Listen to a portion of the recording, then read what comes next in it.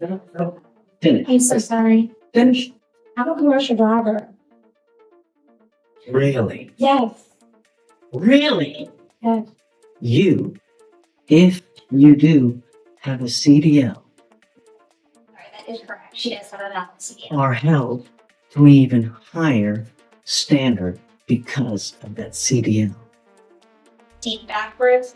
He did the complainant's vehicle a second time. The Are complainant. you telling me now it was intentional? Sure. I'm She's made a bond in the felony already. gonna do what I want to do, and that's it.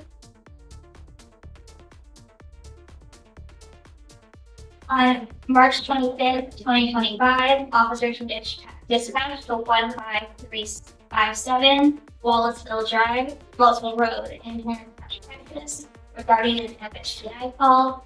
Upon arrival, the officer spoke with the complainant, who stated that she followed the defendant as the defendant's vehicle hit her twice and failed to stop and give information.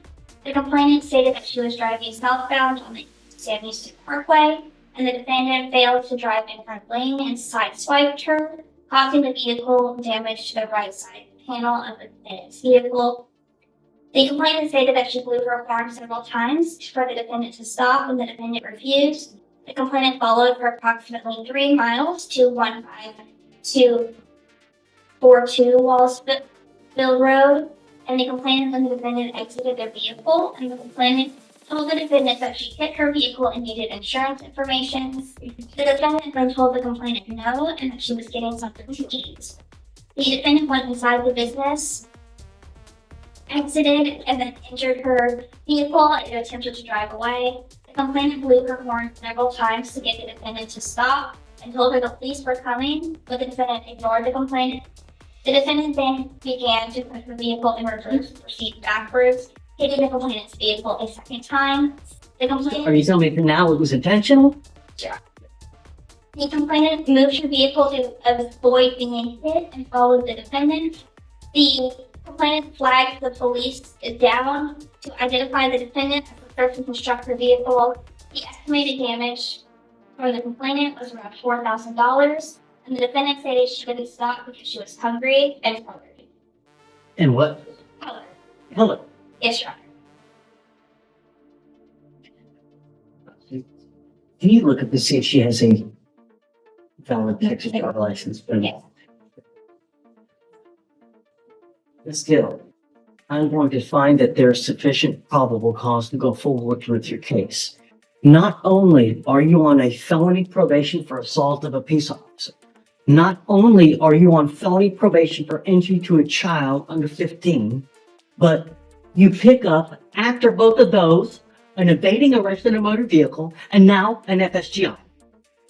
I am taking away your privilege to drive. You will now be signing an affidavit with me today, promising me you're not going to drive. I don't give a rat's behind what your excuse is. If I find that you drive in violation of this affidavit, I will have a contempt. I can have a contempt hearing. I can have a contempt.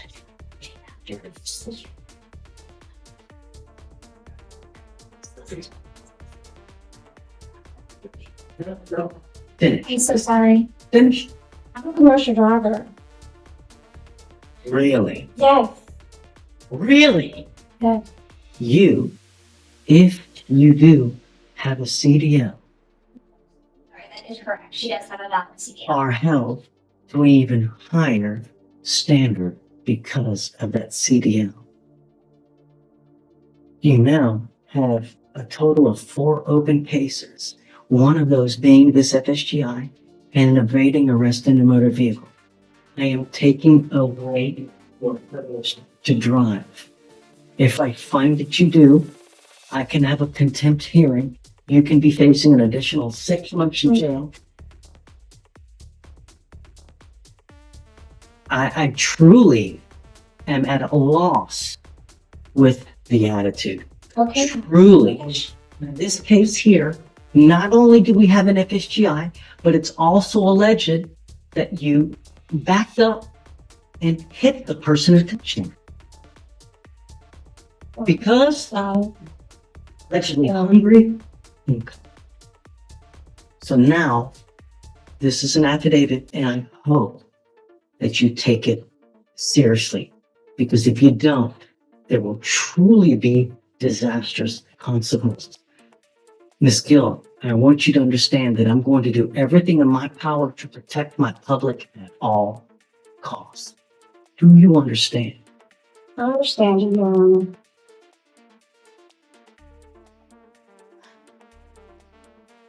What do you make argument for a PR bond, Your Honor? And even with the affidavit to not drive, I expressed to her that that was a possibility of a bond condition. I've spoken with her. She has family members who can help her get to and from court. She's a single mother of 2 children. She has lived at this address here in Houston for the past 5 years. She lives with her mother. She lives with her younger brother. She has lived in Harris County her entire life. And she has, in these felonies, she's actually applied to be put in mental health court because during this incident and felonies, she was unmedicated and she has a history of mental health diagnoses. And so, as a client of the Harris County Public Defender's Office, we have every intention of getting her treatment for those mental health issues. But she's already made a bond in the felony, and she is willing to abide by any condition that this court will impose on her. It's down to the difference between $0 and $100. And So I appreciate your argument. She's technically you're right on bond. My feeling is that these felony courts probably do not know that she has not picked up this case yet. So I don't know what, if anything, they're going to do when they do discover this. I find, Ms. Gotcha, right? Is that what it is? Ms. Gotcha? I really appreciate your argument going to bat for her, but I think with her demeanor, her attitude, her reckless and wanton action on the road, is that you are a danger to the public, and your bond is now set at 1,000, and I'm going to raise it to 5 because I think that you really are a danger to the public, and your attitude shows us and tells me that, hey, I'm going to do what I want to do, and that's it. And that's always really. How many people died this weekend on the road because of the reckless and wanton actions?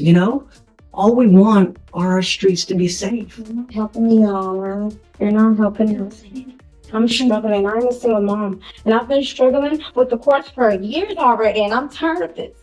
Okay? I was beat, okay, in front of my children, and I was thrown on the ground like an animal, okay? And I'm tired of it. I'm tired of all of it, okay? In front of my children have trauma, okay? And I have no insurance for the medication. And I have not been on the medication. I'm trying to get the insurance to get on the medication. Ms. Gill, Okay. I understand that, but at some point, your actions become your own, right? You don't understand. I'm colored. You don't understand me. You don't understand me. If I was a different color, you would. It's true. That's so not. It's so true. It's so true. And you know this. You know what I'm talking about. I call out discrimination when I see it on a daily basis, man. I don't care who it is. I don't care what color. They're a small farm animal. I don't care. I call it when I see it. The only thing, because I don't know, the way I get to know is in paper. And they tell me what happens in the case. And from what I see here and what has transpired here within the last 10 minutes. Really? Officer Harris did not read me my rights. Well, I will let They've been mishandling me like this for years already, okay? I have the right to tell you this. And I'm telling you, she did not read me my rights. She just shoved me behind the officer car. I did not get a voice to speak out anything. Yes, She just brought me to jail. you guys speak about that. I'll tell you, look, here's what I'm gonna do. I'm gonna leave your bond at $1,000 now. All right? I'm not gonna raise it to 5. But I can't continue to give you a PR bond. Terminated from employment too. Listen, Okay. do not drive. It's the only thing I'm asking you to do. I'm a commercial driver. Don't pick up a new case. Sir. Yes, sir. And just, all right. Go on,